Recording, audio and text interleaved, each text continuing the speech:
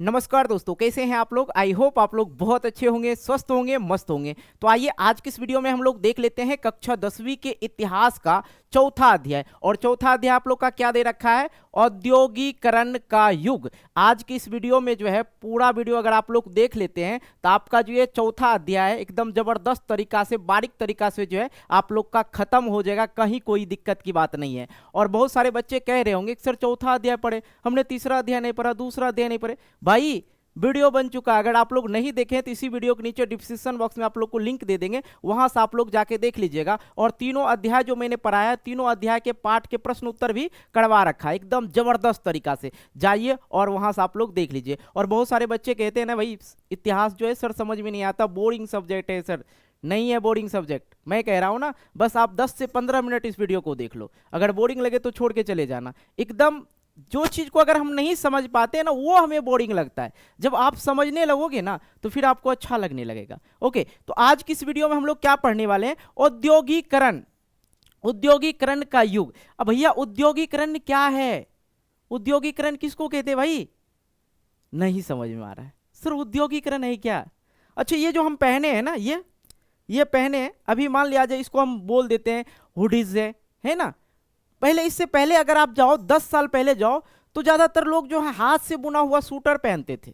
Sweater बोलते हैं कहीं कहीं, स्वेटर बोलते हैं कहीं कहीं, ठीक है। स्वेटर पहना करते थे तो हाथ से बनाया हुआ था, ऊन का जो था हाथ से बनाया हुआ था। लेकिन आज के डेट में देखो लगभग चीज जो है मशीन से बनती हुई आ रही है कि नहीं। ये देखो मशीन से बना हुआ, जो आप कपड़ा पहने हैं ना, जितने भी कपड़ा पहने हो आज सभी चीज किस चीज से बना हुआ है, मशीन से। अब हाथ से निर्मित चीजों को लोग नहीं पसंद करते हैं। औद्योगिकरण का जो है शुरुआत कैसे हुआ, औद्योगिकरण कहां से आया, किस प्रकार से आया, इस चीजों के बारे में हम लोग समझेंगे। साथ में भारत के बारे में भी समझेंगे। और भारत पे किसका शासन था, ब्रिटेन लोग का शासन था। तो भैया ब्रिटेन लोग के शासन काल में क्या हुआ था, कि उस समय कारखाना आया था क्या, उसके बाद आजादी के बाद कारखाना आया, या उस समय उद्योग आया था या नहीं आया था। इन सभी चीजों के बारे में हम लोग चर्चा करेंगे। कोई दिक्कत नहीं ना, आराम से आप लोग को समझना है। ओके, आ जाओ। तो औद्योगिकरण, सबसे पहले कि औद्योगिकरण युग समझ लीजिए। औद्योगिकरण युग कहते किसको हैं, औद्योगिकरण युग कहते किसको हैं, जिस युग में हस्त निर्मित वस्तुएं बनना कम हुई। ठीक है, इस युग में, जिस युग में हाथ से बना हुआ वस्तु, चाहे वो कपड़ा हो या बहुत सारी चीजें जो है, बर्तन वगैरह उस समय हाथ से ही बना हुआ रहता था। मिट्टी का बर्तन हुआ करता था। ठीक है, रोटी बनाते थे ना, रोटी जिसपे पकाते हैं ना रोटी को, जिसे अभी तवा वगैरह बोलते हैं, तो वो सब जो था उस समय क्या था, मिट्टी का था। कढ़ाई किस चीज का था, मिट्टी का था। आज भैया वो बन गया है फैशन, है कि नहीं, वो आज बन गया फैशन। देखिएगा कढ़ाई पनीर, ये पनीर, वो पनीर जो बना होता ना, है कि नहीं, वो सब आज के डेट में धीरे धीरे लोग उसी सभ्यता में जा रहे हैं, है कि नहीं। तो उस समय जो थे बर्तन वगैरह जो भी चीजें थी वो मिट्टी के ही थे और मिट्टी से ही बनाया जाता था। और लोग उसे मशीन वगैरह में नहीं बनाते थे। कुम्हार यहाँ गए होंगे ना, कुम्हार यहाँ, तो देखिएगा घड़ा पे इसी तरह से ऐसे ऐसे घुमाएगा और वहां से जो है अपनी आकृति देती है उसको। एक कला है उनके हाथों में, जो उसकी आकृति देके उसे कोई बर्तन का रूप दे देता है कि नहीं। तो उस समय वही चीजें चल रही थी। और आज की डेट में स्टील आ गया, फूली आ गया, बहुत सारे बर्तन आ गए, है कि नहीं। आज की डेट में सभी बर्तन मिलने लगे, लेकिन वो उसकी स्वादिष्ट, उसमें खाना जो बनता था ना भैया जबरदस्त। अभी कुल्हड़ वाला चाय पीने जाओ, अभी कुल्हड़ वाला चाय पीने जाओ तो 15 से 20 रुपया ले लेता है कुल्हड़ वाली चाय, जो कि मिट्टी की बर्तन में देता है, मिट्टी के बर्तन में देता है कि नहीं। तो हम लोग वही सभ्यता को आज भी धीरे धीरे उपयोग कर रहे हैं, क्योंकि हमें पता है जो मिट्टी से बना हुआ बर्तन था ना, उसमें खाना बहुत स्वादिष्ट बनता था। आज भी देखिएगा बड़े बड़े रेस्टोरेंट में मिट्टी के बर्तन में बनाया जाता है कि नहीं। तो ये जो था औद्योगिकरण का युग कहते किसको है सर, सबसे पहले ये समझ लीजिए, हाथ से बना हुआ वस्तु का कम उपयोग करना और फैक्ट्री, मशीन और तकनीक का विकास हुआ, उसे ही क्या कहेंगे, औद्योगिकरण का युग कहेंगे। पहले जो पहले के ज्यादातर जो लोग थे वो स्वेटर वगैरह नहीं पहनते थे, मतलब शर्ट वगैरह था ही नहीं भाई, कुर्ता पहनते थे, कुर्ता धोती, धोती कुर्ता। जैसे महात्मा गांधी को देखे, एक धोती में उसने अपनी जिंदगी बिता दी। ठीक है, एक धोती पहनते थे, आधा धोती पहनते थे और आधा धोती ओढ़ते थे। और उस समय लोग ऐसे ही रहते थे ज्यादातर। उस समय वैसे ही लोग रहते, धोती पहनते ही थे, है कि नहीं। आज के डेट में हो गया जीन्स, हो गया बहुत सारी जैकेट वगैरह, बहुत सारी चीजें देखने को मिल जाता है। तो ये सब किसके वजह से हुआ भाई, इसलिए बता रहा हूं, ये जीवन में आप लोग उतार रहे हैं, इसलिए ये सब उदाहरण दे रहा हूं। फैक्ट्रियों की वजह से, नए नए मशीन आ गया उनकी वजह से ना। तो जिस युग में हस्त निर्मित वस्तु कम उपयोगी हो और मशीन और फैक्ट्रियों के द्वारा जो वस्तु निर्मित की जाती है उसका अधिक उपयोग हो, उसे ही हम लोग क्या कहेंगे, औद्योगिकरण का युग कहेंगे। आई होप क्लियर हो गया होगा।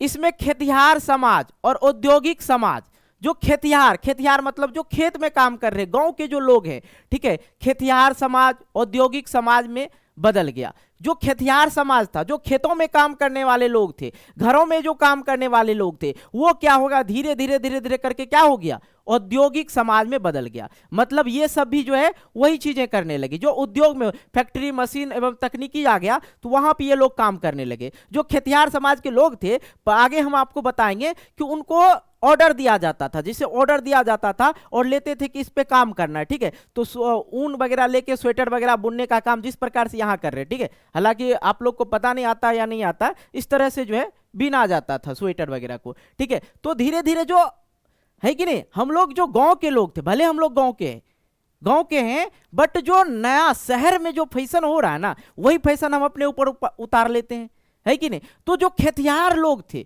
जो खेतों में काम करने वाले लोग थे, जो गांव में काम करने वाले लोग थे, वो औद्योगिकरण समाज में बदल गए, वो उद्योग में जाके अब काम करने लगे। तो 1760 से 1840 तक, 1760 से लेके 1840 मतलब 80 वर्ष तक का युग को औद्योगिकरण युग कहा जाता है। जो मनुष्य के लिए खेल नियम जैसा परिवर्तन हो गया, जैसे खेल नियम द्वारा जैसे परिवर्तन हो गया।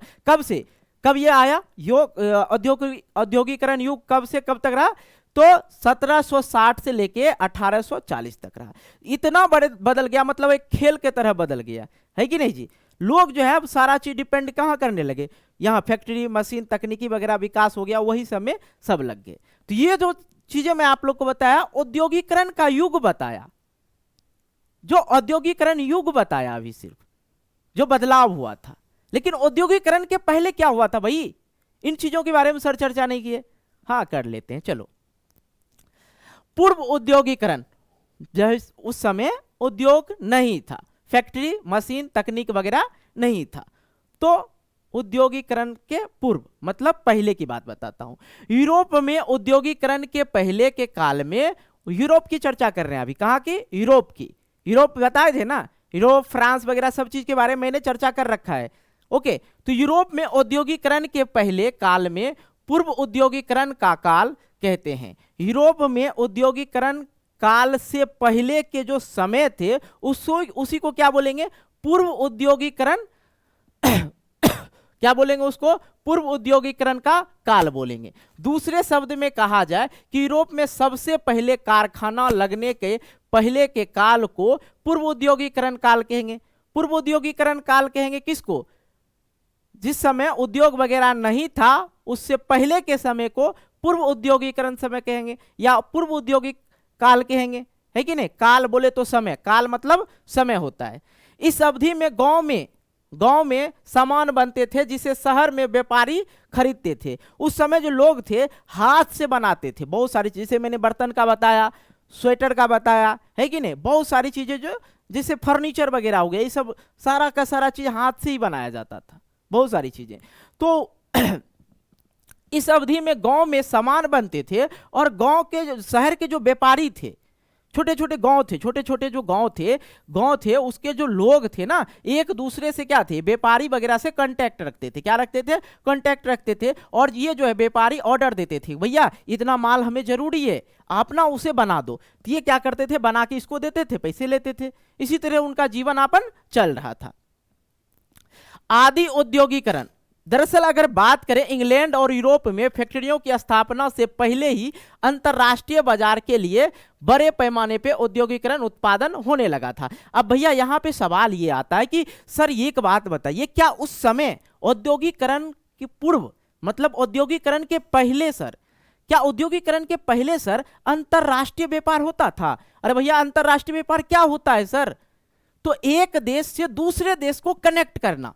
मतलब हम जो ये जो पहन रहे हुडीज जो पहन रहे भारत का नहीं है, भारत का नहीं दूसरे देश का है। तो हम कहां से लाए? दूसरे देश से लाए ना भैया। हमारे इधर आलू हो गया, ज्यादा मात्रा में हम उपज कर लिए, मकई ज्यादा मात्रा में उपज कर लिए, उनको जरूरी होगा दूसरे देश वाले को, तो हम उनको दे देंगे। तो अपना जो सामान है हम दूसरे देश में व्यापार के रूप में व्यापार कर सकते हैं। समझ में आ रहा है ना? तो उसी चीज को क्या बोलेंगे? आदि अंतरराष्ट्रीय व्यापार। मतलब एक देश से दूसरे देश को व्यापार करना, सामान का या नौकरी करने के लिए जाना, ये सब क्या हो जाता है? अंतरराष्ट्रीय व्यापार हो जाता है। I hope clear. तो दरअसल इंग्लैंड और यूरोप में जो फैक्ट्री की स्थापना जब नहीं हुआ था ना, तो उससे पहले अंतरराष्ट्रीय बाजार के लिए अंतरराष्ट्रीय बाजार होता था। कैसे होता था, किस पैमाने पे होता था? उस समय अंतरराष्ट्रीय बाजार के लिए बड़े पैमाने पे औद्योगिक उत्पादन होने लगा था। कैसे होता था? वही जो तरीका मैंने बताया। तरीका क्या था कि वो लोग जो था बिना फैक्ट्री वगैरह डाले ही क्या करते थे, लोगों को टेंडर दिया करते थे, लोगों को टेंडर दिया करते थे, ऑर्डर दिया करते थे कि भाई तुम्हें ये काम का ऑर्डर दे रहे हैं कि तुम स्वेटर बना के मुझे दो, स्वेटर बना के मुझे दो। और ये जो अंग्रेज लोग थे, जो यूरोप के जो लोग थे, वो क्या करते थे? उन्हें बाजार में, शहर में क्या करते थे? सेल करते थे। यही चीजें थी। जो छोटे छोटे गांव में उद्योगपति आके उससे क्या करते थे? काम देते थे, और काम के बदले उसे क्या देते थे? पैसे देते थे। तो बहुत सारे इतिहासकार जो औद्योगिकरण के इस चरण को क्या कहते हैं? आदि औद्योगिकरण का नाम देते हैं। आई होप ये क्लियर हो गया। व्यापारियों का गांव पर ध्यान देने का कारण, भाई व्यापारी वगैरह जो थे गांव पे क्यों ध्यान दे रहे थे? नॉर्मल सी मैंने बात बताया आप लोग को कि गांव में जो थे, गांव के जो लोग थे, जो मजदूर थे, वो क्या करते थे? छोटे छोटे जो गांव के लोग थे, वो एक दो, यहाँ पे बहुत सारे गांव मैंने कर दिया, ये गांव जो थे यहाँ पे क्या कर रहा था? काम कर रहा था, हस्त निर्मित काम कर रहा था, हाथों से काम करता था। तो शहर के जो लोग थे, जो व्यापारी थे, आते थे गांव में और बोलता था भैया ये ऑर्डर दे रहा हूं, आप ये माल जो है बना के रखना, और मैं जब आऊंगा तो आपको पैसे दे के ले लूंगा, और बहुत जरूरी है जल्दी से बना देना। तो जो गांव के जो लोग थे, जो कारीगर थे, जो मजदूर वगैरह थे, वो इस काम को करते थे और व्यापारी वगैरह को दे देते थे। तो व्यापारियों का जो है गांव पे ध्यान देने का जो कारण था, क्या कारण था? कि शहरों में जो था ट्रेड क्राफ्ट गिल्ड बहुत शक्तिशाली था। तो ये ट्रेड क्राफ्ट क्या होता भाई? ट्रेड क्राफ्ट क्या होता? तो शहर में बिजनेस करने नहीं देता था, शहर में फैक्ट्री खोलने नहीं देता था। तो शहरों में कीमतों पर अपना नियंत्रण रखते थे। वो लोग क्या करते थे? शहर में जो है वो उनका भाव चलता था, अधिक भाव करके रखते थे, उनके सामान का जो दाम था अधिक था। तो वे नए लोगों को बाजार में काम शुरू करने से भी रोकते थे। इसलिए किसी भी व्यापारी के लिए शहर में नया व्यवसाय शुरू करना क्या हो जाता था? मुश्किल हो जाता था। इसलिए वे गांव की ओर मुंह करना पसंद करते थे। वो क्या करते थे? गांव ही चले जाते थे और वहीं से सारा सामान, हस्तनिर्मित सामान लेके आते थे, बाजार में बेचते थे। अगर बाजार में खरीदे व्यापारी तो फिर क्या होता था? दाम अधिक लिया जाता था, ठीक है, और खरीदने पे भी रोक लगाया जाता था, है कि नहीं भाई? चलो भाई देखो, ये अध्याय ना बहुत इंटरेस्टिंग है, बहुत मजा आ जाएगा पढ़ने में। बोले ना आप लोग को 10 से 15 मिनट दो, देखो तगड़ा चलेगा। हेलो,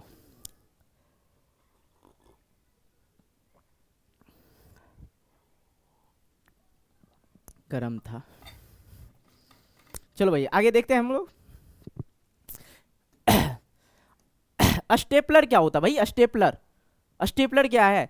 स्टेपलर एक व्यक्ति का नाम रखा जाता था, एक व्यक्ति का नाम रखता है, ऐसा व्यक्ति जो रेशों के हिसाब से ऊन का स्टेपलर करता था। क्या करता था? स्टेपलर करता था। उसका नाम ही रख देता था स्टेपलर। ऊन के हिसाब से उसके बारीक तरीके से रखना स्टेपलर कहलाता है। तो स्टेपलर उसको कहते थे, या छांटता था, ठीक है, या छांटता था, बारीक तरह से अलग अलग तरह के ऊन के क्वालिटी के हिसाब से उसे रख देता था। अब ये क्या होता है? पुलर क्या होता है? ऐसा व्यक्ति जो पुल करता है, यानी कि चुन्नटों के सहारे कपड़ों को समेटता है। जो चुन्नटों के सहारे जो है कपड़ों को क्या करता था? समेटता था। उसका नाम क्या देता था? पुलर। क्या फूलर है ना? फूलर है, ठीक है। अब देखो कार्डिंग क्या होता है? वह प्रक्रिया जिसमें कपास या ऊन आदि रेशों की कटाई की जाती है, उसे ही क्या कहते हैं? कार्डिंग। उसे ही क्या कहते हैं? कार्डिंग। ये उन लोग का नाम था, अपना अपना रख लेता। इससे ज्यादा कोई मतलब नहीं। अगर आप लोग से स्टेपलर पूछ दे 1 नंबर में तो देख लेना है।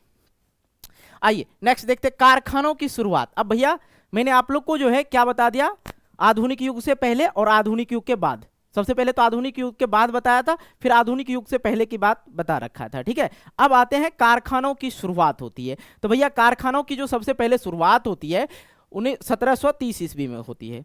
कहाँ पे होती है? तो इंग्लैंड में होती है। कहाँ पे होती है? इंग्लैंड में होती है। इस दशक में जो है बनना शुरू हुआ और 18वीं सदी के आखिरी तक पूरे इंग्लैंड में जो है सभी जगह जो है क्या दिखने लगे? कारखाना दिखने लगे। तो आप लोग को याद क्या रखना है कि सबसे पहले कारखाना कहाँ खुला था? इंग्लैंड में, जो हम लोग पे राज करते थे ब्रिटेन लोग, ठीक है। और कब हुआ था? 1730 ईस्वी में। और धीरे धीरे 18वीं सदी आते आते क्या हुआ? 70 साल के अंतर ही क्या हुआ? पूरे जगह सभी जगह क्या हुआ? कारखाना खुल गया। और इस नए युग का पहला प्रतीक क्या था? कपास था। पहला प्रतीक क्या था भैया? कपास था। कपास की अधिक मात्रा में उत्पादन होता था, तो इसलिए वहां पे सबसे ज्यादा क्या चल रहा था? कपास चल रहा था। उसका प्रतीक कपास था। 19वीं सदी के आखिरी में कपास का जो उत्पादन में जो है भारी बढ़ोतरी होगी। कपास की मांग जो है अधिक हो गई। उससे कपास से बहुत सारी चीजें बनाई जाती है। हालांकि इससे पहले जो मैंने आप लोग को पढ़ाया था उसमें कपास के बारे में चर्चा कर रखा है, इसलिए यहाँ पे मैं चर्चा नहीं करूंगा क्योंकि आप लोग वो वीडियो नहीं देखते हो, ठीक है। तो कपास से क्या क्या बनता है आप लोग देख लेना, ठीक है। 1760 तक आते आते 1760 में जो था ब्रिटेन में 2.5 मिलियन पाउंड का कपास का यातायात होता था, ठीक है, जरूरत था। लेकिन ये 1787 आते आते यह जो है 22 मिलियन पाउंड हो गया। धीरे धीरे जो इसकी मांगे जो थी अधिक होने लगी थी। तो कारखाना की शुरुआत कब हुई थी? 1730 में। कब, कहाँ हुआ था? इंग्लैंड में। और धीरे धीरे 18वीं शताब्दी आते आते पूरे इंग्लैंड में ये क्या होता है? फैल जाता है। और इस युग का पहला प्रतीक किसको माना जाता है? कपास का। और कपास का जो है मांग अधिक बढ़ते जाता है। और 1787 आते आते कपास का जो मांग था 22 मिलियन पाउंड से भी क्या हो जाता है? अधिक हो जाता है। अब भैया बताओ कि कारखाने से लाभ क्या हुआ? कारखाने से लाभ क्या हुआ? कारखाना आना मतलब जो फैक्ट्रियां आई उससे लाभ क्या होता है? कारखाना में नए नए मशीन रहते हैं, नए नए टेक्नोलॉजी के चीजें रहते हैं, है कि नहीं, ताकि मजदूर का काम जो है क्या कर देता? आसान कर देता है। तो लाभ क्या होता है? कारखाना खुलने से कई फायदे हुए। श्रमिकों का जो कार्य कुशलता था वो क्या हो गया? बढ़ गया। कार्य कुशलता क्या हो गया? बढ़ गया। अब नई मशीन की सहायता से प्रति श्रमिक अधिक मात्रा में बेहतर उत्पादन बनाने लगे। जो वहां के मजदूर वगैरह था, अब नया नया मशीन आया। हाथ से बनाना और मशीन से बनाने में बहुत फर्क है, ठीक है। मशीन जो है 10 आदमी का काम अकेला कर देगा, 10 आदमी 20 आदमी का काम अकेला कर देता है मशीन। तो अब नई मशीन की सहायता से प्रति श्रमिक अधिक मात्रा में बढ़ोतरी उत्पादन करने लगा, उत्पादन जो है अधिक करने लगा। और उद्योगीकरण की शुरुआत मुख्य रूप से सूती कपड़ा उद्योग से हुआ। उद्योगीकरण की शुरुआत मुख्य रूप से किस कपड़ा से शुरुआत हुआ था? सूती कपड़ा उद्योग से शुरू हुआ था, ठीक है। कारखाना में श्रमिकों की निगरानी और उनसे काम लेना अधिक आसान हो गया। अब जो है मशीन आ गया, नए नए टेक्नोलॉजी का सारा चीज आ गया, कटाई की, बुनाई की, हर चीज की एक ही छत के नीचे। पहले बुनाई अलग जगह होती थी, कटाई एक जगह अलग जगह होती थी, ठीक है, उसकी छटाई अलग जगह होती थी। लेकिन अब एक ही छत के नीचे सारा चीज हो रहा है। इससे क्या होगा कि उत्पादन क्या होगा? अधिक होगा। और काम भी जो है श्रमिक से अधिक लिया जा रहा था और काम मजदूरों के लिए भी आसान हो गया था जब से मशीन आई थी। तो औद्योगिकरण का जो रफ्तार है, ये जो औद्योगिकरण जो कारखाना वगैरह का जो रफ्तार है किस प्रकार से बढ़ा, समझिएगा। औद्योगिकरण का मतलब सिर्फ फैक्ट्री उद्योग का विकास नहीं हुआ था। कपास मतलब औद्योगिकरण का मतलब फैक्ट्री उद्योग का ही विकास नहीं हुआ था, उसमें उद्योग में धीरे धीरे कैटेगरी बदलते चला। सूती कपड़ा वस्त्र का उद्योग खुला, उसके बाद लोहा और स्टील उद्योग में बदल गया। तेजी से ये सब जो है बदलाव हुआ और ये ब्रिटेन के सबसे फलते फूलते ये उद्योग थे। औद्योगिकरण का मतलब सिर्फ फैक्ट्री उद्योग का विकास नहीं हुआ, मतलब पहले कपास से आगे क्या? सूती पर, और सूती वस्त्र से लोहा स्टील सभी चीजों का जो है उद्योग वगैरह फैक्ट्री वगैरह खुलने लगा। और इसका सबसे मेन रीजन कौन था? ये भैया ब्रिटेन। ये ब्रिटेन लोग जो थे बहुत होशियार थे, तभी तो आके भारत पे जो इतने दिन राज करके चले गए, है कि नहीं। उनके पास दिमाग, तो एक चीज मानना पड़ेगा, दिमाग तो था, तगड़ा वाला दिमाग था। इसका मतलब ये नहीं कि हम लोग बेवकूफ थे, हम लोग भी थे, लेकिन वो लोग के पास पूंजी था और एकता था। हम लोग के पास जो उस समय जो थे राजा वगैरह थे, हम लोग के देश को खाने वाला सबसे पहले राजे व राजा थे, राजा ही हम लोग के देश को खाया है कि नहीं। तो औद्योगिकरण के जो पहले 1840 के दशक तक सूती कपड़ा उद्योग अग्रणी क्षेत्र में रहा। जो ये जो था, अब कपास की जो खेती, कपास का जो उत्पादन था वो क्या होने लगा, कम होने लगा। लेकिन यहाँ पे सूती जो है आगे हो गया। 1840 में सूती उद्योग का जो है अधिक मांग होने लगा। अब देखिए आगे क्या होता है, रेलवे के प्रसार के बाद लोहा इस्पात उद्योग तेजी से वृद्धि में आ गया। और रेल के प्रसार इंग्लैंड में हुआ था। कब हुआ था, 1840 के दशक में हुआ था। ठीक है, 1873 आते आते ब्रिटेन लोहा इस्पात निर्यात की कीमत में 77 मिलियन पाउंड हो गया। ठीक है, अब देखो ये जो 1873 आती है, इसमें क्या होता है, अब आते आते ब्रिटेन लोहा और इस्पात का भी उद्योग खोल दिए। और इसका निर्यात, आयात मतलब आ रहा है और निर्यात मतलब भेज रहा है, 77 मिलियन पाउंड हो गया है। किसका, लोहा और इस्पात का। ठीक है, यह सूती कपड़े के निर्यात का 2 गुना था। यह सूती कपड़ा भी 2 गुना था। लोहा इस्पात का जो है उद्योग जब फैक्ट्री वगैरह खुला तो इसका निर्यात जो है अधिक होने लगा, है कि नहीं। लेकिन यह उद्योगीकरण को रोजगार पर खास असर नहीं पड़ा। अब लोग, आपको मन में ये सवाल आ रहा होगा कि भाई मशीन आ गया, फैक्ट्रियां खुलने लगी और एक आदमी का मतलब 10 आदमी का काम मशीन जो है अकेला कर लेता है, तो इससे क्या लोगों पे प्रभाव पड़ा या मजदूरों पे प्रभाव पड़ा। लेकिन अभी इनका कोई असर नहीं पड़ा था। 19वीं सदी के अंत तक पूरे कारीगरों में 20% से भी कम तकनीकी रूप से उन्नत और औद्योगिक क्षेत्र में थे। मतलब जो 19वीं सदी के अंत में, मैंने आप लोग को बताया था 19वीं सदी के अंत तक आते आते 20% ही लोग जो थे उद्योग में काम कर रहे थे, सिर्फ 20%। उसके बाद जो लोग थे वो अपने पारंपरिक, जो पहले वो करते आ रहे थे, पारंपरिक उद्योग में ही चल रहे थे, कर रहे थे। वो अपने पारंपरिक उद्योग को विस्थापित नहीं किए थे, छोड़े नहीं थे। सिर्फ 20% श्रमिक ही जाके कहाँ काम कर रहे थे, उद्योग वगैरह में काम कर रहे थे। ओके, आते हैं आगे।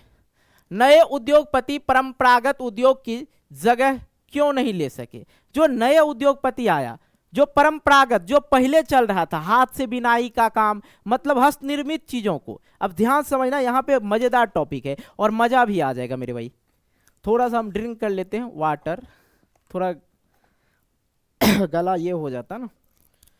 चलो बहुत जल्दी समझा देंगे, टेंशन मत, छोटी सी अध्याय है,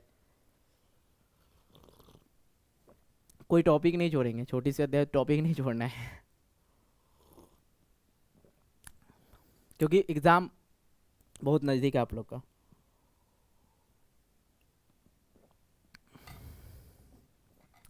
बस हेडफोन लगा, मेरे बातों को ध्यान रखो, गर्दा छोड़ा देंगे।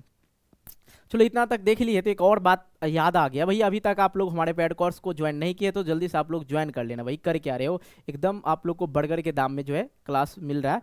299 रुपया का कोर्स है। अगर आप लोग नहीं परचेज किए हैं तो जल्दी से परचेज कर लीजिए। और आप लोग को एक नंबर देते हैं 85 81 80 80 29 29। इस नंबर पे जो है आप लोग को व्हाट्सअप करना है और व्हाट्सअप करके कहना है कि सर मुझे पंकज स्टडी सेंटर का जो है कोर्स परचेज करना है, तो वहाँ सारी जानकारी दे दिया जाएगा कोर्स से रिलेटेड। ठीक है, आइए अब हम आते हैं विषय वस्तु पे। ठीक है, इधर उधर भटकेंगे तो फिर भटक जाएंगे। ठीक है, तो नए उद्योगपति, जो नया उद्योगपति था, परंपरागत उद्योग के जगह क्यों नहीं ले सकता था। जो नया लोग था, जो नया उद्योग करना चाह रहा था, उद्योगपति जो था, परंपरागत उद्योग के जगह क्यों नहीं ले सकता था, क्यों नहीं ले रहा था। मतलब लोग जो था उद्योग में बना हुआ चीजें क्यों नहीं खरीद रहा था या उद्योग वाला काम क्यों नहीं कर रहा था। देखो औद्योगिक क्षेत्र में काम करने वाले मजदूरों की संख्या क्या थी, कम थी। सबसे मशीन नहीं चलता ना, सब कोई मशीन पे तो काम नहीं कर पाते थे। सिर्फ 20% ही उद्योग में गए थे, मजदूर था। अब दूसरी बात की प्रौद्योगिकी की बदलाव की गति जो थी धीमी थी। प्रौद्योगिकी बदलाव मतलब जो फैक्ट्री वगैरह खोला गया था उसमें बहुत सारी प्रॉब्लम भी तो थी। सिर्फ बनाया गया था, अभी काम शुरू हुआ था, कभी कभी प्रॉब्लम हो जाता, प्रौद्योगिकी विकास नहीं हो रहा था ना, तेजी से बदलाव नहीं हो रहा था। कपड़ा उद्योग गतिशील उद्योग था, कपड़ा उद्योग जो था बहुत ही गतिशील उद्योग था, मतलब अधिक चल रहा था। तो प्रौद्योगिकी काफी महंगा भी था, जो चीजें थी वो काफी महंगा भी था। इसलिए जो नए उद्योगपति थे वो रिस्क लेना नहीं चाह रहे थे। उत्पादन का एक बड़ा भाग कारखाने की वजह गृह उद्योग से पूरा होता था। घर की चीजों को, वो घर के चीजों से ही उस चीजों को क्या करते थे, पूरा करते थे। वो नहीं चाहते थे कि हम कारखाना वगैरह खोले, फैक्ट्री वगैरह हम लोग खोले, यही चीजें, क्योंकि उनके पास मजदूर भी मिल जाता था और मजदूर मिल भी जाता था और कम दाम में भी मिल जाता था, लेकिन उद्योग खोलने के बाद मजदूरों की जो संख्या थी क्या थी, बहुत ही कम थी उद्योग में काम करने वाले। और जो टेक्नोलॉजी लाया गया था, जो मशीन लाया गया था, उन चीजों के बारे में सभी को तो नॉलेज नहीं था नॉलेज नहीं था। उसका बदलाव जो था बहुत क्या था, धीमी था। ठीक है, तो कपड़ा उद्योग जो था गतिशील था, स्पीड में चल रहा था। कपड़ा उद्योग जो उद्योग था वो बहुत स्पीड में चल रहा था। और प्रौद्योगिकी जो था क्या था, महंगा था। मतलब टेक्नोलॉजी वाला जो चीज था, ये जो चीजें थी, फैक्ट्री वगैरह, कारखाना वगैरह, जो मशीनें थी, वो महंगा था। और उत्पादन के लिए एक बड़ा भाग कारखाना के वजह वो लोग क्या करते थे, गृह उद्योग से ही पूरा करते थे। समझ में आया? आइए, हाथ का श्रम और वाष्प शक्ति, इन चीजों के बारे में समझते हैं हम लोग। ओके, चलो भाई। तो हाथ श्रम का मतलब हो गया कि जब हम लोग हाथ से बनाते थे, शिल्पकार जो होते थे, उस जमाने में श्रमिक को कोई कमी नहीं थी। उस जमाने में जो था, उस समय जो था, जो मजदूर वगैरह था, उसकी कोई कमी नहीं थी। इसलिए श्रमिकों की मतलब मजदूरों की किल्लत या अधिक परिश्रमी की कोई समस्या नहीं थी। मतलब मजदूरों की किल्लत नहीं थी, मतलब मजदूर जो थे बहुत अधिक थे। इसलिए महंगी मशीनें में पूंजी लगाने के अपेक्षा श्रमिकों से काम लेना ही क्या समझते थे वो लोग, बेहतर समझते थे। कि अधिक पैसा लगाए, पूंजी निवेश करें, तब जाके हम लोग मशीन खरीदेंगे, उससे अच्छा है कि हम कारीगर से ही काम करवा लेंगे, क्योंकि मजदूर तो है ही काम करने के लिए। तो मशीन से बनी चीजें एक जैसी होती थी। जैसे कि आप रोटी बनाने वाली मशीन देख लो, उसमें सेम बराबर रोटी बन के आएगा। ठीक है, सेम साइज का बन के आएगा, तो बराबर बन के आती थी। मतलब मशीन से बनी चीजें एक जैसी होती थी। वे हाथ से बनी चीजों की गुणवत्ता और सुंदरता का मुकाबला नहीं कर सकती थी। उच्च वर्ग के जो लोग थे हाथ से बनी हुई चीजों को अधिक पसंद करते थे। जो उच्च वर्ग के जो लोग थे ना, वो हाथ से बनी चीजों को क्या करते थे, बहुत अधिक पसंद करते थे भाई। ओके, तो हाथ का श्रम और वाष्प शक्ति, इसके इन चीजों के बारे में, हालांकि मैं यही आप लोग टाइटल दीजिएगा तो ठीक रहेगा। नए उद्योगपति उद्योगों की जगह क्यों नहीं ले रहे थे, नए उद्योगपति परंपरागत उद्योगों की जगह क्यों नहीं ले रहे थे। ठीक है, नए उद्योगों की जगह क्यों नहीं ले रहे थे, वो घर से क्यों काम करवा रहे थे। तो इस टॉपिक को अगर आप लोग नहीं भी दीजिएगा तो ये लिख दीजिएगा, वहां पे भी तो चलेगा, कोई दिक्कत की बात नहीं है। लेकिन 19वीं सदी के अमेरिका में स्थिति कुछ अलग थी। 19वीं सदी में जो थे अमेरिका की स्थिति जो था, कर रहा है क्या, अच्छा रुको भाई, चलो अब ठीक हो जाएगा।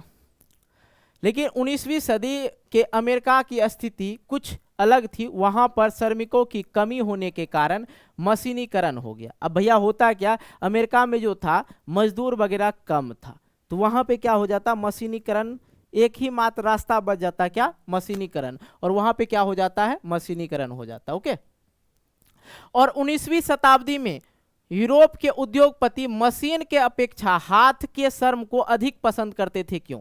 अब ये पूछा जा रहा है भाई कि 19वीं शताब्दी में यूरोप के जो उद्योगपति थे वो लोग मशीन के अपेक्षा हाथ से जो बनाया जाएगा चीजें थी उसको अधिक पसंद क्यों करते थे। इस चीजों के बारे में समझते हैं। बहुत आसान, पहले भी बता रखे हैं ना। ब्रिटेन में उद्योगपति को मानव श्रम मतलब मानव मजदूर जो है उसकी कोई कमी नहीं थी, क्योंकि ये बहुत सारे देश पे भी राज कर रखे थे। वे मशीन इसलिए लगाना नहीं चाहते थे क्योंकि मशीन में जो था क्या होगा, अधिक पूंजी निवेश करनी पड़ेगी। कुछ मौसमी उद्योग के लिए कुछ मौसम वाला उद्योग होता है, जैसे ये वाला जो ठंडी में हम लोग कपड़ा पहनते हो तो इसी समय चलेगा, या गर्मी में बनेगा तो ठंडी में बिकेगा, है कि नहीं। और जो गर्मी वाला वस्तु रहता है वो ठंडी में बनता है, गर्मी में बिकता है कि नहीं, वो चीजें। तो वो जो है कुछ मौसमी उद्योग के लिए वे उद्योगों में श्रमिकों द्वारा हाथ से काम करवाना अच्छा समझते थे। बाजार में अक्सर बारीक डिजाइन, हाथ से बनाएगा तो बारीक बनाएगा, यहाँ पे लाल देना है, यहाँ पीला देना है, ठीक है। खास आकारों वाली चीजों की जो थी क्या थी, मांग रहती थी, जो हस्त कौशल पर ही निर्भर कर सकती थी, मशीन वगैरह पे नहीं कर सकती थी। इसलिए 19वीं शताब्दी में यूरोप के उद्योगपति को जो था हाथ के जो श्रम को जो है अधिक पसंद किया जाता था। अब भैया मजदूरों की जिंदगी कैसी थी, जो मजदूर थे। अब देखो सारा काम मजदूर लोग ही कर रहे हैं, उद्योग में इतने इतने बड़े बड़े जो लोग थे उनके अंदर कौन काम कर रहे हैं, ये मजदूर लोग ही कर रहे हैं। तो भाई समझना मजदूरों की जो जिंदगी थी कैसी थी, कुल मिलाकर अगर मैं बात करूं मजदूरों की जो जिंदगी थी क्या थी, दयनीय थी, बहुत ही खराब थी। अब यहाँ पे धीरे धीरे जो है उद्योग अधिक हो गया, कारखाना जो है बहुत जगह खुल गया। अब क्या होता भाई, अब क्या होता है यहाँ पे समझो, वहां पे जो उनकी जो जिंदगी थी मजदूर लोग का, उनका जिंदगी जो धीरे धीरे खराब होने लगा। नौकरियों से में क्या होने लगी, भारी कमी होने लगी। जो नौकरी वगैरह था उसमें क्या होने लगा, कमी होने लगा। अब कहो कि काहे कि सब जगह मशीन का काम हो गया और मशीन में कम मजदूर लगता है, इसलिए ये चीजें दिक्कत होने लगी। नौकरी अगर किसी को दिया भी जाए, अगर नौकरी उन्हीं का होता है, नौकरी मिलने का संभावना यारी दोस्ती कुनबे कुटुंब के जरिए या जान पहचान पर ही निर्भर करता है। किसी को अगर नौकरी लेना होना तो अगर उस फैक्ट्री में उनके कोई जान परिचित के लोग थे तभी जाकर उनको नौकरी दिया जाता था, ना तो ना के बराबर। तो बहुत सारे उद्योग में मौसमी काम के वजह से कामगारों के बीच बीच में बहुत समय तक खाली बैठना पड़ता था। तो मौसम के वजह से अब मान लो 6 महीना अभी ठंडी चल रहा है, तभी गर्मी वाला वस्त्र बनेगा, और गर्मी पूरा जो है पूरे गर्मी में ठंडी वाला वस्त्र बनता है। उस चीज को माल को तैयार करके रखता है, कपड़ा वगैरह को तैयार करके रखता है, ताकि जैसे ठंडी आए मार्केट में सेल कर दे। अब ऐसा नहीं कि ठंडी में आएगी तो ठंडी का ही कपड़ा बनेगा, ठंडी वाला कपड़ा जो है गर्मी में बनता है और गर्मी वाला कपड़ा जो है ठंडी में बनता है। तो अब जो कारीगर जो थे अब ठंडी वाले फैक्ट्री में चले गए, ठंडी वाले फैक्ट्री में चल गए तो उसको क्या करना पड़ेगा, गर्मी में बैठना पड़ेगा, है कि नहीं। गर्मी में काम करना पड़ेगा, लेकिन ठंडा में तो उसे बैठना ही पड़ेगा, है कि नहीं। तो बहुत सारे उद्योग में मौसमी काम की वजह से कामगारों के बीच बीच में क्या होता था, बहुत सारे समय जो है खाली बैठना पड़ता था। दूसरों की आय के वास्तविक मूल्य में भारी कमी आई। एक दूसरे के मूल्य में जो वास्तविक मूल्य था, मजदूरों के आय के वास्तविक मूल्य में क्या आया, भारी कमी आया, इसलिए वो गरीबी थी, इसलिए क्या थी, गरीब थे, है कि नहीं। अब 6 महीना कमाएंगे 6 महीना खाएंगे तो कभी अमीर बनेंगे जी, है पॉसिबल नहीं ना।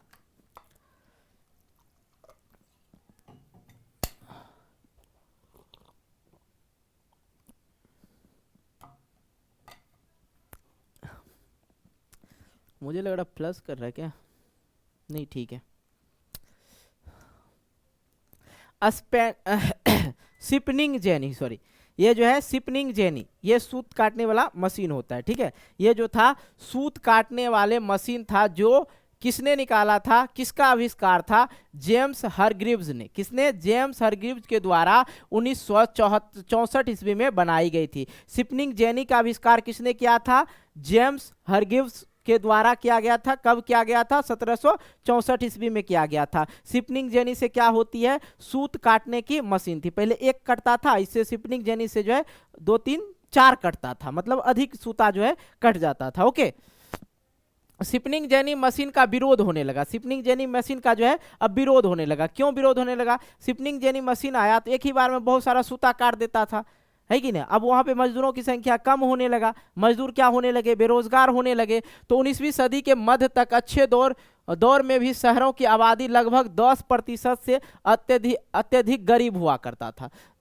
लगभग आबादी का जो है 10% से अत्यधिक गरीब हुआ करता था। आर्थिक मंदी के दौर में बेरोजगारी बढ़कर जो है कितना हो गया, 35% हो गया, 35 से 75 के बीच रह जाती है, ठीक है।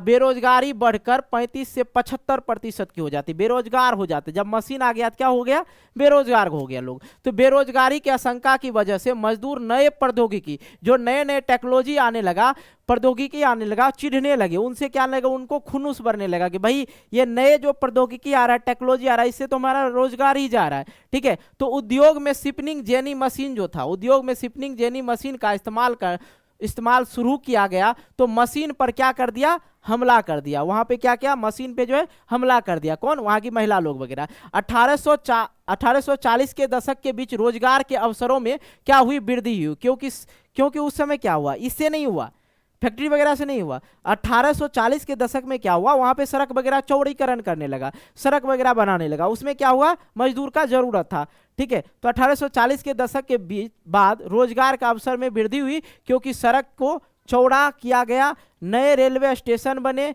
रेलवे लाइन का विस्तार किया गया। इसमें सब मजदूर जो है अपना काम करने लगा। बाकी फैक्ट्री के लिए मशीन तो आ गई थी, लेकिन इन सभी चीजों के लिए तो मशीन नहीं आ रखी थी ना, तो इसलिए यहाँ पे मजदूर ही काम कर रहे थे। उपनिवेशों में औद्योगिकरण। उपनिवेश का मतलब क्या होता है? गुलाम। क्या होता है? गुलाम। भारत किसका उपनिवेश था? भारत किसका उपनिवेश था बच्चा? बताओ। ब्रिटेन का। किसका उपनिवेश था? ब्रिटेन का, अंग्रेज वालों का। ठीक है, तो आइए अब हम लोग भारत पर नजर डालें और देखें कि उपनिवेश उद्योगीकरण कैसा रहा। मतलब अब हम लोग प्रवेश करते हैं अपने प्यारे से भारत देश में और यहां पे देखते हैं कि अंग्रेज लोग जो हम लोग के साथ किस तरह से उद्योगीकरण में साथ दिया या क्या दिया, नहीं दिया, किस प्रकार से हम लोग के साथ अत्याचार किया, इन सभी चीजों के बारे में हम लोग जानने वाले हैं। अब यूरोप के बारे में जान ही गए। यूरोप क्या है? यूरोप एक महादेश है और महादेश तो इतना है कि पूछिए मत। ये जो ब्रिटेन लोग है, ऐसा नहीं कि भारत पे राज किया है, सब जगह ही राज किया, लगभग देश पे ही राज किया है। समझ में आ रहा है? और सिर्फ नेपाल पे नहीं किया, अपने बिहार के बगल में एक नेपाल है कि नहीं? नेपाल का सीमा सटा हुआ है। उत्तर प्रदेश से भी लगभग थोड़ा सा दूरी है, ज्यादा दूरी नहीं है कहा जाए तो नेपाल जो है आपका उत्तर प्रदेश इस साइड हो जाता है। अच्छा हाँ, चलो भाई, नेपाल पे जो है किसी का भी शासन नहीं रहा। नेपाल किसी का आज तक गुलाम रहा ही नहीं। समझ में आ रहा है ना? चलो भाई, ऐसा कौन सा देश है जो किसी का गुलाम नहीं रहा? तो अपना नेपाल है, प्यारा सा। भारतीय कपड़ा का युग। अब भैया हम लोग समझते हैं किस चीजों का? भारतीय कपड़ा का युग। ठीक है, आइए मशीन उद्योग से पहले का युग पहले समझाते हैं कि भारत में जो कपड़ा का उद्योग था मशीनी युग से पहले किस प्रकार थी, उन सभी चीजों के बारे में हम लोग जानते हैं। तो उस समय भी अंतरराष्ट्रीय कपड़ा बाजार भारत के रेशमी और सूती कपड़ों के उत्पादन का दबदबा था। ठीक है, ये मशीनीकरण, मशीन आने से पहले भी भारत में जो था अंतरराष्ट्रीय व्यापार होता था। मतलब एक देश से दूसरे देश जो था कपड़ा का सप्लाई, वस्तु का सप्लाई होत रहा था। ठीक है, अंतरराष्ट्रीय बाजार हो रहा था। ठीक है, तो किस चीज का? रेशम और सूती उत्पादों का दबदबा भारत का बना हुआ था। उच्च किस्म का कपड़ा भारत से अर्मेनियम और फारसी सौदागर पंजाब से अफगानिस्तान, पूर्वी फारस और मध्य एशिया लेकर जाते थे। ठीक है, यहीं से भारत से। और हो गया ये कहाँ कहाँ जाते? सूरत, हुगली, मसूलीपट्टनम प्रमुख बंदरगाह थी। ये जो थे सूरत, हुगली और मसूलीपट्टनम बंदरगाह थे, यहीं से जो है यही रास्ता से जाया करते थे। यहाँ के जो भी चीजें थी, कपड़ा वगैरह, सामान वगैरह, वो इसी रास्ते से जा। बंदरगाह किसको कहते भाई?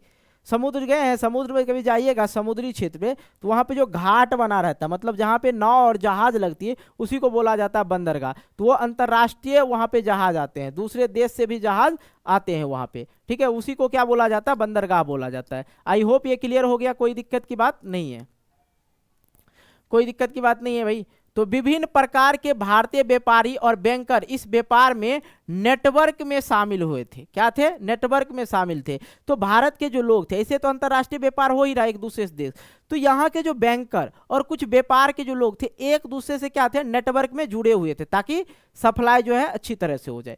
लेकिन होता क्या है, दो प्रकार के व्यापारी थे उस समय जो था। दो प्रकार के व्यापारी थे, एक आपूर्ति व्यापारी, एक निर्यात व्यापारी। आपूर्ति मतलब जो आपूर्ति कर रहे हैं, ठीक है, और निर्यात मतलब जिनको हम लोग दे रहे हैं। क्या कर रहे हैं? दे रहे हैं, उनको दे रहे हैं। ठीक है, दो तरह के व्यापारी हुआ करते, दो प्रकार के व्यापारी थे। बंदरगाह पर बड़े जहाज मालिक, जो बड़े जहाज के मालिक थे, तथा निर्यात व्यापारी जो ले रहे हैं। निर्यात मतलब जो हम लोग से ले रहे हैं, निर्यात दे रहे हैं जिसको। ठीक है, निर्यात दलाल के साथ कीमत पर मोल भाव करते थे और आपूर्ति सौदागर से माल खरीद लेते थे। क्या करते थे? माल खरीद लेते थे। तो दोनों के बीच में एक दलाल हुआ करता था। ठीक है, हाँ, इतना पे लेंगे, ये इतना आप लेंगे। दलालों कुछ कमीशन वगैरह ले लेता है कि नहीं? बीच वाला दलाल कमीशन वगैरह ले लेता है कभी कभी। चलो भाई, अब मशीन उद्योग के बाद का युग 1780 का युग बता रहे हैं। ठीक है, आइए हम आपको समझाते हैं 1780 के युग की कहानी। अब क्या होता है 1780 के दशक में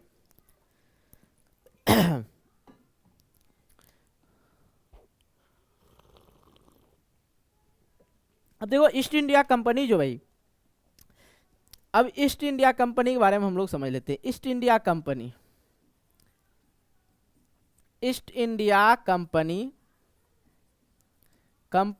भारत जो है, भारत 1600 ईस्वी में आया था। कब आया था? 1600 ईस्वी में आया था। ठीक है, अब इनके बारे में तो आगे हम चर्चा करेंगे ही।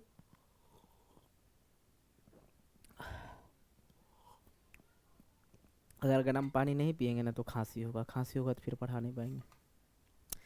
ओके, कोई दिक्कत नहीं, चलो भाई। हाँ तो भाई कहाँ थे हम लोग? हाँ तो 1750 के दशक तक भारतीय सौदागरों का जो नियंत्रण वाला नेटवर्क था वो क्या होने लगा?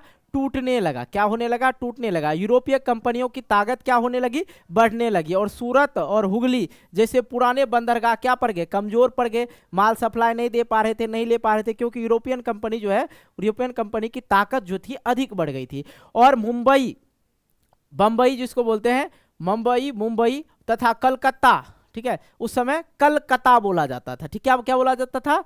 कलकत्ता। अब क्या बोला जाता है? कलकत्ता एक नए बंदरगाह के रूप में उभरे। ठीक है, उसके बाद क्या हुआ? मुंबई कलकत्ता एक नए बंदरगाह के रूप में उभरे। पहले क्या था? सूरत और हुगली पुराने बंदरगाह कमजोर पड़ गए, नए बन गया कौन? मुंबई और कलकत्ता।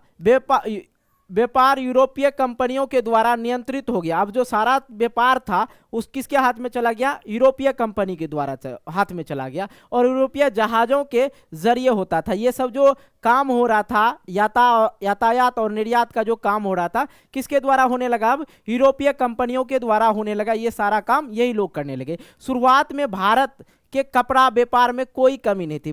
शुरुआती दौर में देखा जाए तो भारत जो था कपड़ा व्यापार में सबसे अधिक था।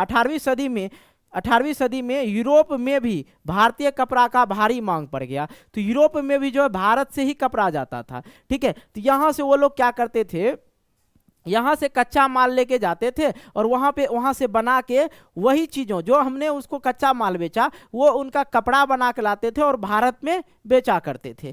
ठीक है, ये चीजें चलती थी। यूरोपीय कंपनी के आने से बुनकरों को क्या हुआ? जो बुनते थे, ठीक है, बुनकर जो बनाते थे शर्ट या जो भी था पहनने वाला कपड़ा वो बनाते थे। तो ईस्ट इंडिया कंपनी कब आई थी बच्चा? 1600 ईस्वी में आई थी। और ईस्ट इंडिया कंपनी द्वारा सत्ता स्थापित करने से पहले बुनकर बेहतर स्थिति में था। ईस्ट इंडिया कंपनी से पहले जो था बुनकर लोग बेहतर स्थिति में था, क्योंकि उसका उत्पादन खरीदने वाले बहुत सारे खरीदार थे और वो मोल भाव करके सबसे अधिक कीमत पे देते थे। ठीक है, देते थे, अपना सामान बेच सकते थे। लेकिन जैसे ईस्ट इंडिया कंपनी आती है तो ईस्ट इंडिया कंपनी आने के बाद बुनकरों की स्थिति जो है क्या हो जाती है? ईस्ट इंडिया कंपनी द्वारा राजनीतिक सत्ता स्थापित करने के बाद बुनकरों की स्थिति 1760 के बाद क्या होता है? भारतीय व्यापार पर ईस्ट इंडिया कंपनी का एक अधिकार हो गया। क्या हो गया? एक अधिकार हो गया। ठीक है, उनका ही अधिकार हो गया। कपड़ा व्यापार में सक्रिय व्यापारियों और दलालों का जो खत्म करके बुनकरों पर प्रत्यक्ष नियंत्रण कर लिया। जो बुनकर लोग जो थे बुन के जो कपड़ा बनाते थे उन पर डायरेक्ट वो लोग क्या कर लिए? नियंत्रण कर लिए। और बुनकरों को अन्य खरीदारों को साथ कारोबार करने पे क्या लगा दिया भैया? पाबंदी लगा दिया। ईस्ट इंडिया कंपनी ने क्या किया? ईस्ट इंडिया कंपनी, इसका नाम बाद में पड़ा था ईस्ट इंडिया कंपनी। ठीक है, तो ईस्ट इंडिया कंपनी जो है जितने भी बुनकर थे उनको बोल दिया भैया तुम किसी और व्यापारी को माल नहीं बेच सकते हो, बेचना होगा तो हमें बेचो। और वो सबसे कम भाव में खरीदते थे। वो जो क्या करते थे बुनकर पर निगरानी रखने के लिए उसने क्या किया? गुमस्ता नाम का एक वेतन भोगी कर्मचारी रख दिया कि इधर उधर नहीं करे। और बुनकरों को गुमसात के बीच अक्सर टकराव हो जाता था। ये जो बीच में रख दिया था ये कि कुछ कोई इधर उधर डील करे तो हमको बताना। ठीक है, ये उसका निगरानी में ही काम करते थे। बुनकरों की कंपनी से मिलने वाली कीमत जो थी बहुत ही क्या थी? कम थी। क्या थी? बहुत ही कम थी। भारत में मैनचेस्टर का आना, तो भारत में मैनचेस्टर का आना ये क्या था भाई? तो बता रहे हैं आपको मैनचेस्टर क्या होता है। मैनचेस्टर जो था यूरोप के ही एक राज्य था। ठीक है, यूरोप का ही एक राज्य था मैनचेस्टर। ठीक है, जैसे फ्रांस हो गया। अब बच्चा एक बात बताओ, फ्रांस में फ्रांसीसी क्रांति कब हुआ था? फ्रांसीसी क्रांति कब हुआ था?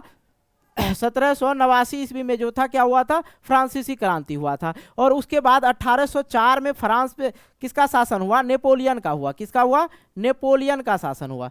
मैंने बता रखा है इन सभी चीजों के बारे में, नेपोलियन का शासन हुआ था, है कि नहीं?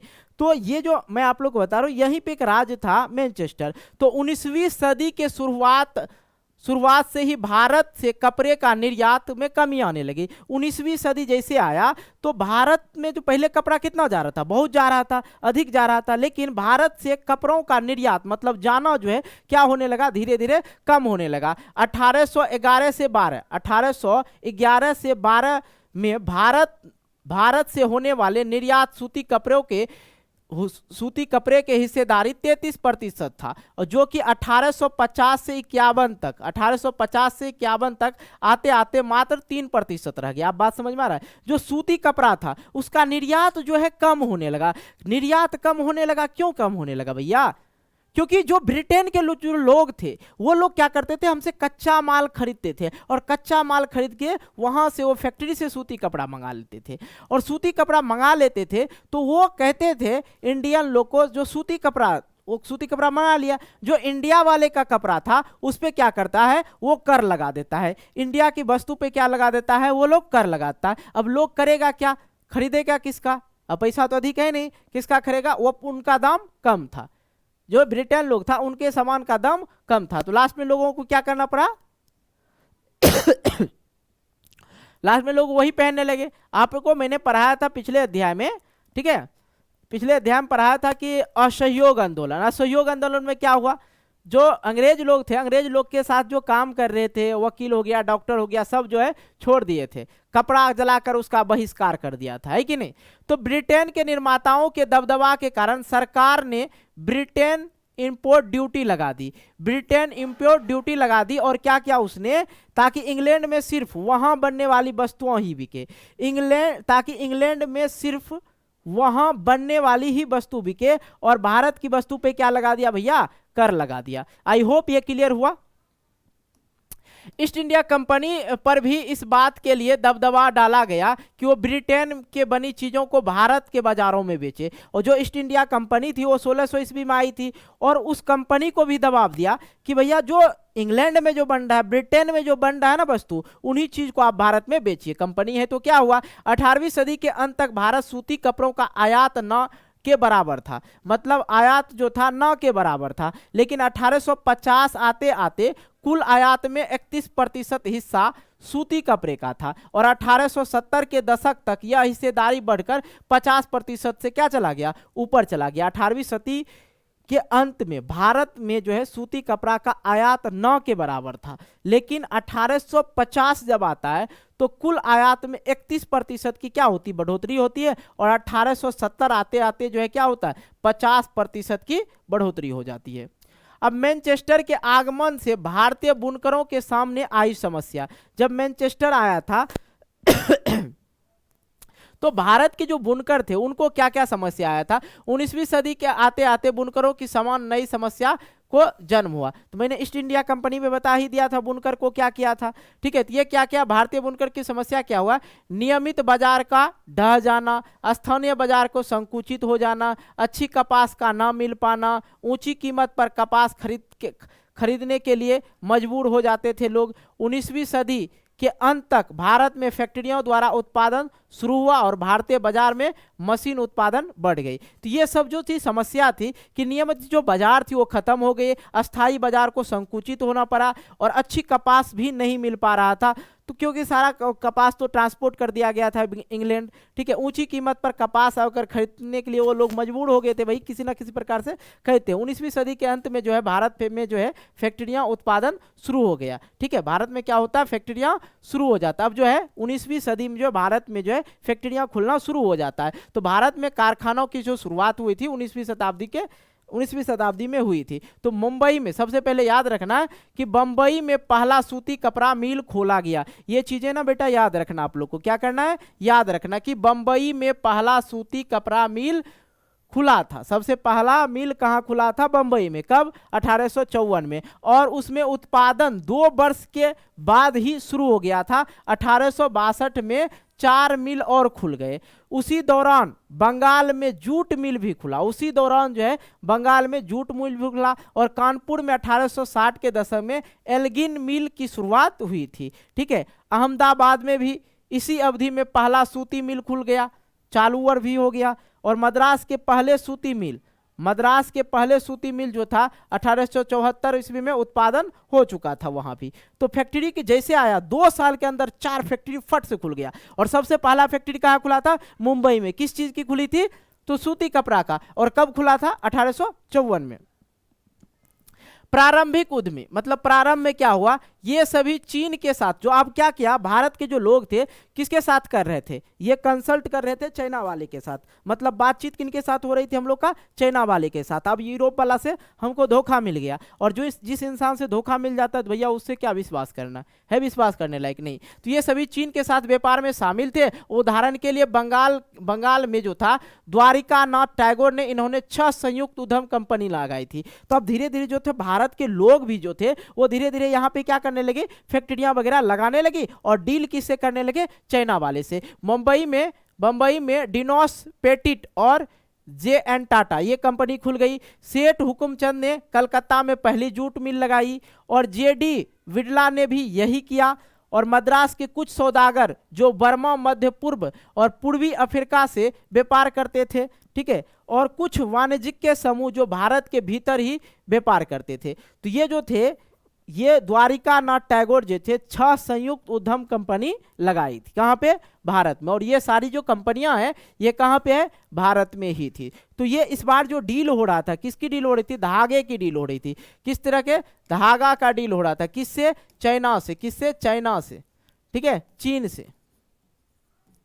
ओके, कोई दिक्कत जी नहीं ना, आ जाइए। आज भारत के व्यापार पर अंग्रेजों का ऐसा शिकंजा था कि उसमें भारतीय व्यापारियों को बढ़ने के लिए अवसर ही नहीं था। तो भारत के व्यवसाय अंग्रेजों के जो साथ था, ये तो इतना घटिया वाला काम करता था कि अब भैया हम यहाँ पे जब प्रोडक्शन कर सकते हैं, बना सकते हैं, तो आपको क्यों दें, अगर देते भी हैं तो हमारी चीजों को तो बिकने दो। नहीं, आप अपने चीजों पे कर नहीं लगाते थे, मेरे चीजों पे वो क्या कर लेते थे, कर लगाते थे। तो व्यापार, भारत के व्यापार पर अंग्रेज का ऐसा शिकंजा था कि उसमें भारतीय व्यापारियों को बढ़ने के लिए अवसर ही नहीं देते थे। उनके साथ अगर व्यापार करते थे तो भारतीय व्यापारी को बढ़ने का अवसर नहीं दिया जाता था। पहले विश्व युद्ध, ठीक है, अब बताओ भैया कि पहले विश्व युद्ध कब हुआ, आप लोग कमेंट करके बता देना मेरे भाई, और कितने साल तक चला था। जो बच्चा यहां तक देखे होंगे उनको पता होगा ना, तो जल्दी से बता देना, ठीक है। पहले विश्व युद्ध तक भारतीय उद्योग के अधिकतम हिस्से पर यूरोप के एजेंसियों का पकड़ हुआ करता था, ठीक है। पहले विश्व युद्ध तक भारतीय उद्योग के अधिकतम हिस्सा पे जो था भारत का ही शिकंजा लगा हुआ था। किसका, सॉरी, यूरोप का ही एजेंसियों का क्या था, प्रकोप था या पकड़ था। समझ में आ रहा चीजें। चलो भाई, और भी चीजें हैं, देखते हैं। मजदूर कहाँ से आए थे भाई, मजदूर बिहार, यूपी वगैरह से ही आए थे। मजदूर कहाँ से आए थे, यहीं से आए थे। ज्यादातर मजदूर आसपास के जिलों से आते थे, ठीक है। अधिकांशतः वे किसान और कारीगर जिन्हें गांव में काम नहीं मिलता था वे आते थे। उदाहरण के लिए बंबई के सूती कपड़ा मिल में काम काज करने वाले ज्यादा मजदूर जो थे पास के रत्नागिरी जिले से आते थे। पास के रत्नागिरी एक जिले थे, वहीं से आते थे, ठीक है। अब देखो 19वीं सदी में भारतीय मजदूरों की जो दशा थी क्या हुई। 1901 में भारतीय फैक्ट्री, ठीक है, भारतीय फैक्ट्री में 5,84,000 जो थे मजदूर काम कर रहे थे। 1901 ईस्वी में भारतीय फैक्ट्री, भारत के जो फैक्ट्री थे उसमें 5,84,000 मजदूर जो थे कार्यरत थे, काम कर रहे थे। और 1946 मतलब एक साल पहले, आज़ादी से एक साल पहले 1947 में अपना देश आज़ाद हो गया था, तो उस समय कितना हो गया, 24,36,000 हो गया था। ओके, हो गया था। ज्यादातर मजदूर अस्थायी तौर पे रखे जाते थे, मतलब उसका कोई अस्थायी नहीं था, कब मार के भगा देंगे उसका कोई, जैसे प्राइवेट जॉब होता है ना भाई, कल निकाल देंगे। एक एग्रीमेंट ना दिया तो चलो भाई ठीक है, तुम्हें 5 साल 2 साल नौकरी देंगे, अगर एग्रीमेंट नहीं है तो प्राइवेट जॉब में हटा दिया जाता है। इसलिए लोग चाहते हैं क्या, हमें गवर्नमेंट जॉब मिल जाए, ठीक है। उसमें एक प्रक्रिया होती है हटाने की, कोई नहीं जल्दी नौकरी से हाथ नहीं धो पाते हैं, कभी कभी ऐसा होता है, इनकेस ज्यादा हो गया दिक्कतें तब। तो फसलों की कटाई के समय जो था लोग जो थे गांव लौट जाते थे, नौकरी मिलना भी क्या था, कठिन था। जॉबर, अब भैया ये जॉबर क्या है इसके बारे में हम समझ लेते हैं। जो मजदूरों पे नियंत्रण रखते थे, जॉबर मजदूरों की जिंदगी को पूरी तरह से क्या करते थे, नियंत्रित करते थे, उनको कैसे रखना है नहीं रखना ये कौन करते थे, जॉबर। अब ये जॉबर क्या है, जॉबर कौन थे, उद्योगपति ने मजदूरों की भर्ती के लिए जॉबर रखा था। एक कंपनी जो होती है वो क्या करता था, जॉबर रखा था, ठीक है। और उसी के अनुसार क्या होता था, कंपनी में भर्ती होता। जॉबर कोई पुराना विश्वस्त कर्मचारी होता था। जॉबर जो होता था एक मतलब जॉबर, तो जॉब होता है ना, जॉब जॉब, तो इसका नाम था उस समय जॉबर रखा गया था। ठीक है, जॉब देने वाला को क्या बोलते थे? जॉबर बोलते थे। वह गांव से लोगों को लाता था, वह गांव से लोगों को लाता था, काम का भरोसा देता था और शहर में बसने के लिए मदद भी देता था। जॉबर मदद के बदले उससे क्या लेते थे? कुछ पैसे लेते थे, कुछ तोहफा उफा मांग लेते थे। इसको भी बोला जाए, जॉबर को भी बोलिए दलाले तो चलेगा, कोई दिक्कत की बात नहीं है। नेक्स्ट चीज देखते हैं हम लोग, औद्योगिक विकास का अनूठापन। ठीक है, औद्योगिक विकास का अनूठापन क्या है भाई, ये भी चीज समझ लेते हैं, है कि नहीं? आ जाओ। तो भारत में औद्योगिक उत्पादन पर वर्चस्व रखने वाले यूरोपियन, भारत में जो था उद्योग पर वर्चस्व कौन रख रहे थे भैया? यूरोपियन रख रहे थे। यूरोपियन प्रबंधकीय एजेंसियों ने कुछ खास तरह से उत्पादन में ही दिलचस्पी थी। जो ब्रिटेन लोग थे उनको कुछ खास तरह के जो उत्पादन थे उसी पे वो लोग दिलचस्पी रखते थे, बाकी चीज़ों पर उनका कुछ खास नहीं था। ठीक है, भारत में बेचने के लिए जैसे चाय था, कॉफ़ी था, नील था, जूट था, खनन था, उत्पादन था उसका। ठीक है, भारतीय व्यवसायियों ने वे उद्योग लगाए 19वीं सदी के आखिरी में जो मैनचेस्टर उत्पाद से प्रतिस्पर्धा नहीं करते थे। और उदाहरण के लिए उसने क्या किया? जो कि धागा आयात नहीं किया जा सकता। लोग दिमाग लगा दिए, भारतीय लोग दिमाग लगा दिए, भैया अब हम क्या करते हैं, जो भारत में ही हम चीजों को रख सकें वही चीज का उत्पादन करेंगे। तो क्या क्या? धागा का निर्माण करने लगा, जो कपड़े के वजह धागे का उत्पादन करने लगा, यहाँ पे धागे का उत्पादन होने लगा। तो 20वीं सदी के पहले दशक में भारत में औद्योगिकरण की धड़ी बदल गई और स्वदेशी आंदोलन लोगों को विदेशी वस्तुओं का बहिष्कार करने के लिए प्रेरित किया और इसी वजह से भारत में कपड़ा उत्पादन फिर से क्या हो गया? शुरू हो गया। आगे चलकर चीन को धागा निर्यात करने लगे। आगे चल के हम लोग क्या किए? वही जो धागा हम लोग बनाते थे, कपड़ा बनाते थे तो दिक्कत होता था। ठीक है, क्या करने लगे? धागा बनाने लगे। धागा बनाने लगे तो आगे चल के उस धागा को हम लोग कहाँ भेजने लगे? चीन भेजने लगे। इस वजह से ही धागा उत्पादक कपड़ा बनने लगा। 1900 से 1912 के बीच सूती कपड़े का उत्पादन क्या होने लगा? दोगुना होने लगा। और प्रथम विश्व युद्ध जो हुआ था भैया, हम बताते हैं 1914 में हुआ था। प्रथम विश्व युद्ध ने भारत में औद्योगिक उत्पादन को तेजी से बढ़ाया। भारत में जो औद्योगिक उत्पादन था उनको क्या क्या वो तेजी से बढ़ाया था। ये प्रथम विश्व युद्ध। प्रथम विश्व युद्ध में भारत था सर? नहीं था, भारत नहीं था भाई।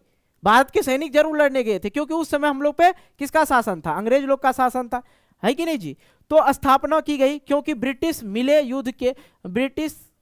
युद्ध के लिए उत्पादन में व्यस्त थे। जो मिल था, ठीक है, उसके लिए वो लोग व्यस्त थे। ठीक है, प्रथम विश्व युद्ध ने भारत में औद्योगिक उत्पादन को तेजी से बढ़ाया और नए फैक्ट्रियों की स्थापना की गई। ठीक है, कब? ये विश्व युद्ध के बाद, क्योंकि ब्रिटिश मिले युद्ध के लिए उत्पादन में क्या थे? जो युद्ध था, मिले कहाँ से आए? ब्रिटिश लोग जो थे युद्ध के लिए उत्पादन में क्या थे? व्यस्त थे। उसी चीज में, युद्ध में ही वो लोग व्यस्त थे। तो इधर हम लोग क्या किए? ये काम कर लिए थे, फैक्ट्री वगैरह डाल दिए थे। लघु उद्योग की बहुयता, ठीक है, बहुयत होता है। ठीक है, गला सूख गया, पानी भी खत्म है, तो चलो ऐसे भी इसको खींच ही देते हैं, ज़्यादा कुछ है नहीं। उद्योग में वृद्धि के बावजूद अर्थव्यवस्था में बड़े उद्योग का शेयर बहुत कम था, लगभग 67% बड़े उद्योग में बंगाल मुंबई में था। ठीक है, उद्योग वृद्धि में मतलब लघु उद्योग मतलब होता है छोटा उद्योग, लघु मतलब कम या छोटा बोलिए। ठीक है, उद्योग में वृद्धि के बावजूद अर्थव्यवस्था में बड़े उद्योग, जो बड़े उद्योग थे, ठीक है, चलो भैया है अभी बैटरी यही देख रहे थे, चलो। तो उद्योग में वृद्धि के बावजूद अर्थव्यवस्था में बड़े उद्योग का जो शेयर था, बड़ा जो उद्योग था उसका शेयर जो था लगभग कितना था? 67 बड़े उद्योग का, बंगाल और बंबई में जो था। देश के बाकी हिस्सों में लघु उद्योग का बोलबाला था। ठीक है, लघु बाकी हिस्सों में, जहाँ पे आपको मैंने बताया बंगाल और मुंबई में, बंगाल और मुंबई कलकत्ता जो बताए थे 2 फैक्ट्री थी, तो बाकी जो देश के हिस्सा बचा था वहाँ पे जो छोटा उद्योग था वही का बोलबाला था। तो कामगारों का एक बहुत छोटा हिस्सा ही रजिस्टर्ड कंपनियों ने भी काम करता था। 1911 में यह शेयर 5% था और 1931 ईस्वी में यह 10% का हो गया। 20वीं सदी में हाथ से होने वाले उत्पाद में इजाफा हुआ और हथकरघा उद्योग में लोगों ने नई टेक्नोलॉजी को अपनाया और बुनकरों ने अपनी करघों की फ्लाई शटल को इस्तेमाल शुरू कर दिया। फ्लाई शटल का जो लोग जो है इस्तेमाल करना शुरू कर दिया। और 1941 तक आते आते भारत के 35% से अधिक हथकरघा में फ्लाई शटल लग चुका था। हथकरघा जो था, कपड़ा बिनाई करता था, उसमें क्या क्या फ्लाई शटल लगा दिया, ताकि फ्लाई शटल क्या करता था, एक बार में अधिक से अधिक सूता को क्या करता था, काटता था।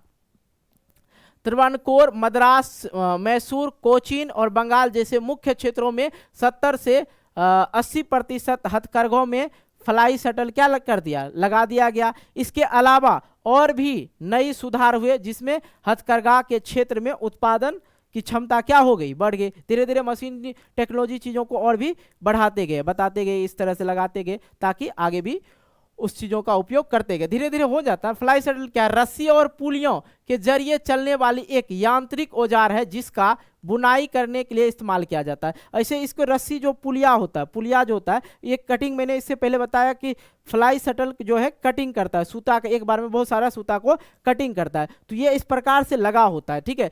रस्सी और पुलिया के जरिए चलने वाला एक यांत्रिक औजार है, जिसका बुनाई के लिए इस्तेमाल किया जाए। बुनाई के समय जो इस तरह से लगा रहता है ना, इस तरह से जो लगा रहता है ये वाला, तो यहाँ से जो ये वाला जो है, इस रस्सी को काटने में ये ज़्यादा मदद करता है, डायरेक्ट रस्सी को काट देता है। बाकी इस मशीन को जो है इनपेट करता है, यहाँ से ये चलता भी है। ओके, वो चीज़ आप पिक्चर में दिखा देते हैं आप लोग को, रुकिए, मैंने कहीं पे रखा है।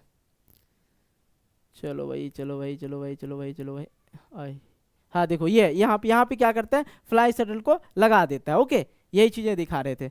चलो,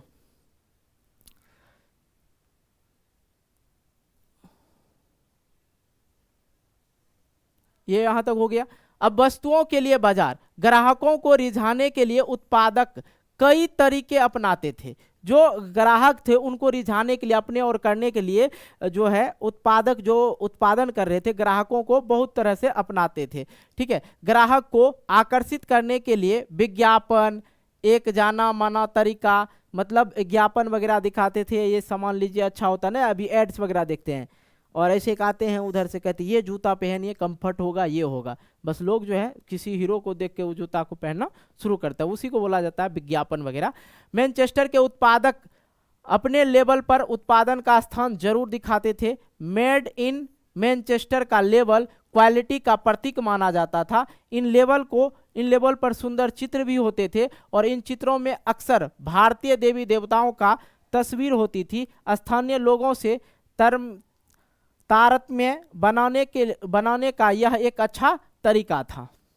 19वीं सदी के उत्तरार्ध तक उत्पादकों ने अपने उत्पादक को मशहूर बनाने के लिए कैलेंडर बांटने लगा। देखते हैं ना, अभी भी दुकान वगैरह खुलता है तो कैलेंडर वगैरह बांटने लगता है। किसी अखबार या पत्रिका की तुलना में एक कैलेंडर का सेल्फ लाइफ लंबी होती है। लोग कैलेंडर देखने के लिए लगाता है, भैया चलो डेट वगैरह देखेंगे कौन दिन की है, तो टांग देता है कि नहीं, कैलेंडर वाला चीज जल्दी नहीं फाड़ेगा, फेंकेगा नहीं, ठीक है। यह पूरे साल ब्रांड डिमांडर का काम करता था। तो भारत के उत्पादक अपने विज्ञापन में अक्सर राष्ट्रवादी संदेशों को प्रमुखता देते थे, ताकि वे ग्राहकों से सीधे तौर पे क्या हो सके, जुड़ सके। तो भैया ये अध्याय जो है आप लोग का खत्म हो गया, कहीं कोई दिक्कत नहीं ना।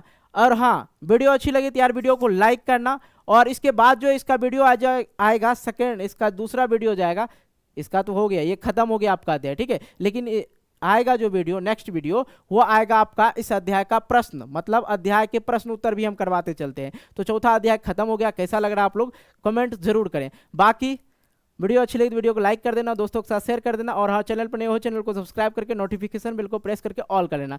मिलते हैं एक नए वीडियो को लेकर, तब तक के लिए बाय बाय, जय हिंद, जय भारत, टेक केयर।